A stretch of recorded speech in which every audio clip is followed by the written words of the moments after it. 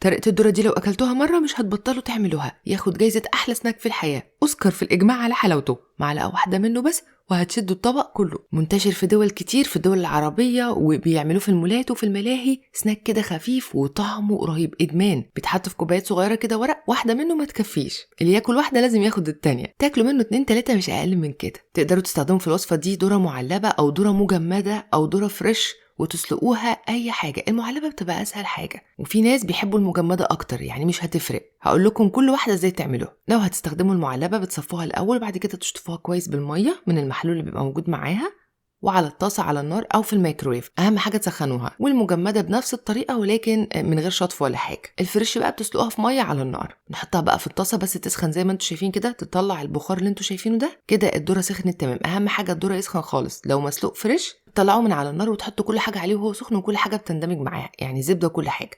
اهم حاجه الزبده تتحط على الذره وهو سخن. الذره يسخن وبعد كده نحط عليه الزبده، قطعه من الزبده بقى كده، قطعه قطعتين زي ما انتم حابين. هو طعم الزبده فيه اهم حاجه. ونقلب فيه بقى لحد لما الزبده تدوب، ونحطه بعد كده في طبق خارجي. لما بنشتريه من بره بيبقى واقف راجل كده يسالنا عايزين تحطوا ايه، بنحط بقى البهارات اللي احنا حابين. نقول له عايزين ملح، عايزين فلفل اسود، عايزين شطه، يعني في كذا بهار كده قدامه. احنا بنحط ملح، فلفل اسود، بابريكا، وتوم باودر، وبنحط كمان شطه. دي شطه الولاد عندي بيحبوه بالشطه، بس ما بيبقاش مشطشط قوي، بيبقى فيه لسعه خفيفه. وبيحبوه بالجبنه، بودره الجبنه، فانا هحط لهم شويه كده. طبعا اي بهار عندكم تحطوه، ممكن تحطوا ميكس بهارات، تحطوا بهارات بطاطس، تحطوا اي بهارات بتحبوها. بس اهم حاجه في الوصفه دي هو الليمون. عصير ليمون كتير، ليمونتين 3 بقى، عيشوا بقى مع الليمون. يعني انا حاطه على العلبتين دولت تقريبا الليمونتين ونص، حاجه زي كده، لان انا حطيت ليمونتين وعندي عصير ليمون جاهز حطيت منه كمان. هو طعم المزازه مع الزبده مع البهارات او مع الشطه يجنن.